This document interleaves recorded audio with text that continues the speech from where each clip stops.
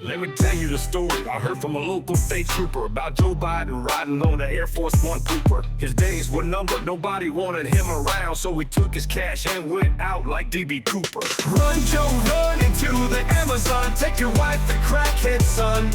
Maybe one day we find your fortune like F.J.B. Cooper. Join us in the hunt for truth and light. At the Benny Show, targets in sight. Run, Joe, run into the Amazon. Take your wife and crackhead son. Maybe one day we find your fortune like F.J.B. Cooper.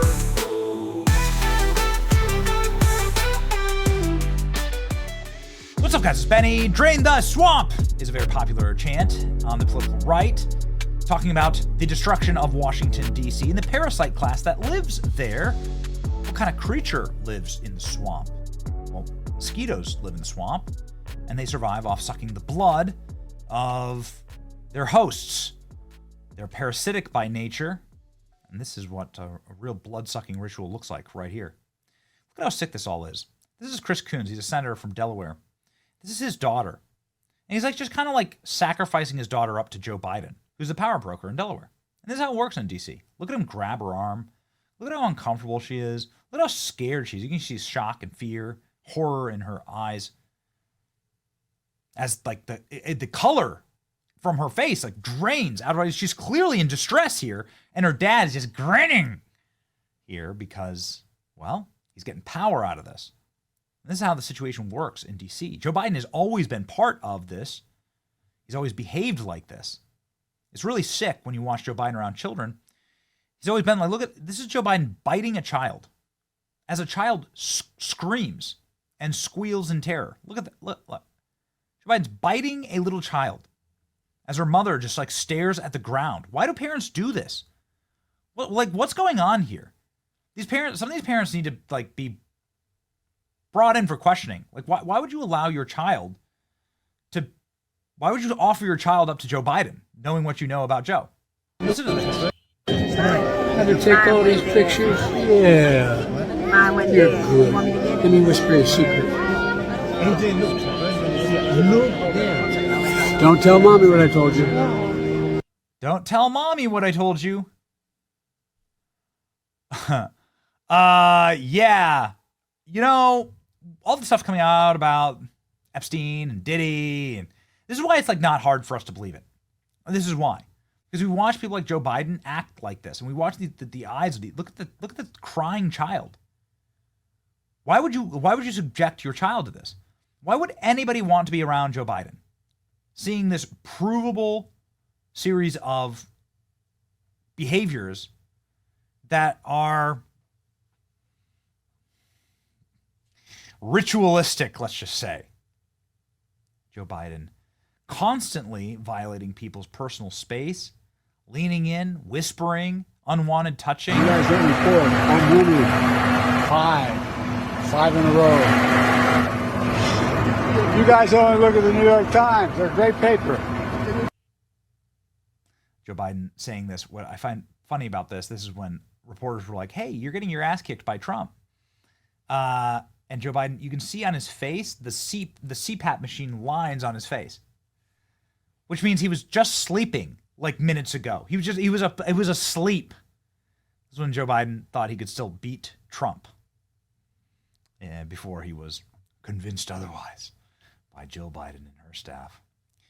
Ladies and gentlemen, Joe Biden is back, and he is out talking to reporters for the first time since his terminal cancer diagnosis. It's a weird thing to do. Why would you go out and like do press gaggles after that? Wouldn't you want to be like using the little time you have left to like spend with your family? Why would you be going out and talking smack about Donald Trump and creeping out reporters, whispering and leaning in and being a complete degenerate?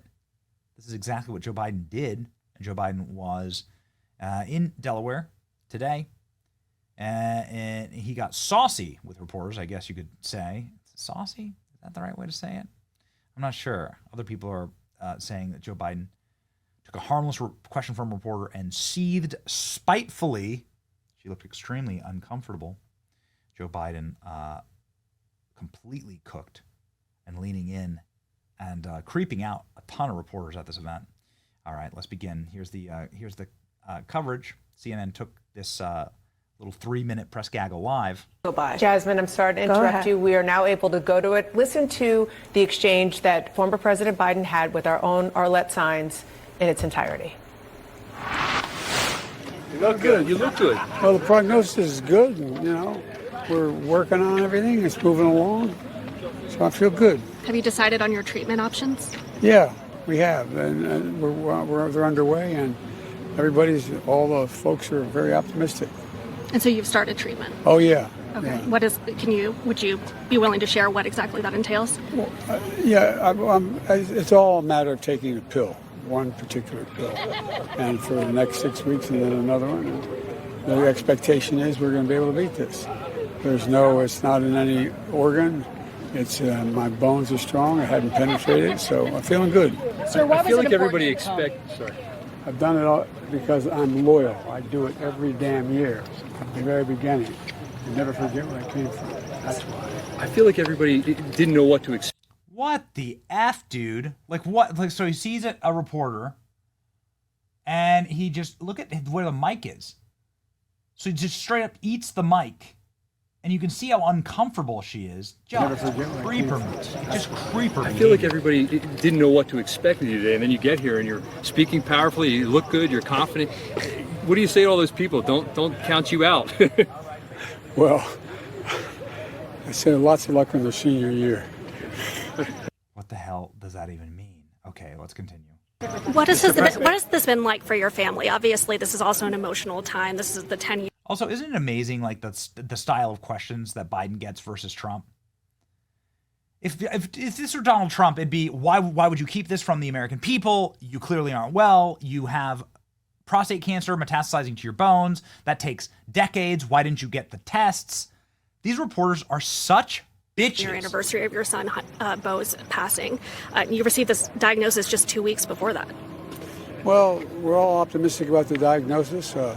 Matter of fact, one of the leading surgeons in the world was working with me, and he had diagnosed with the same exact thing 32 years ago. He's alive and well, doing very well.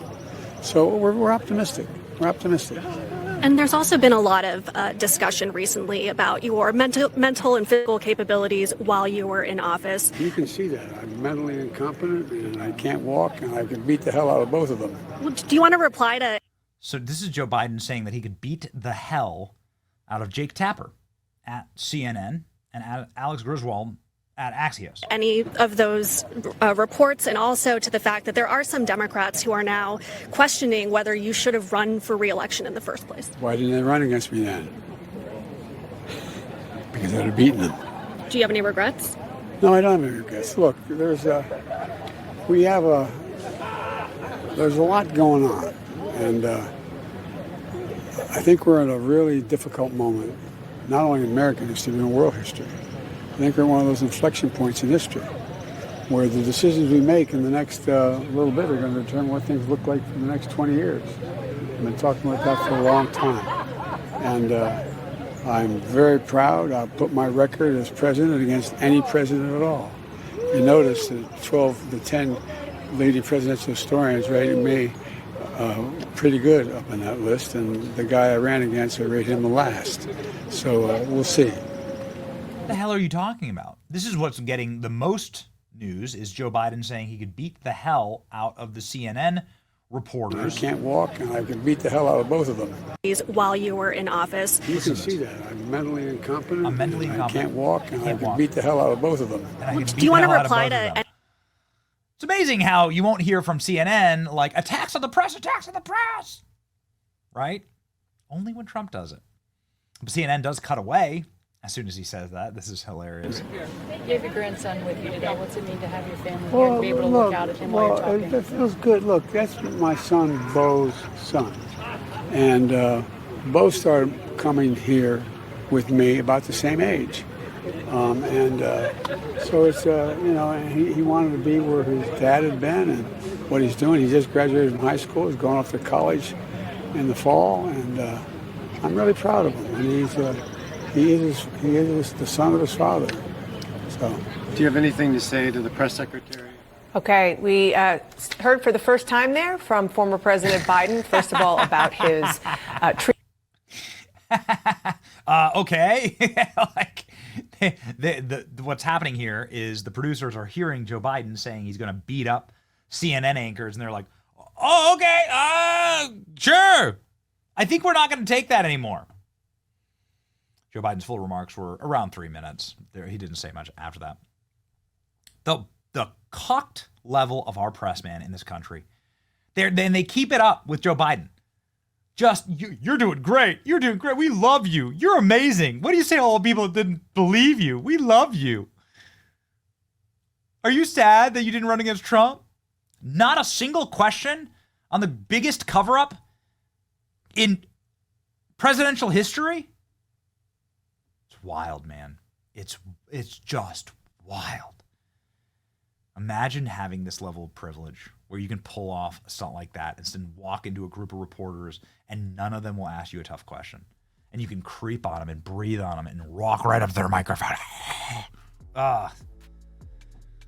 Whatever, man. Keep running them. I hope they run Biden till kingdom come.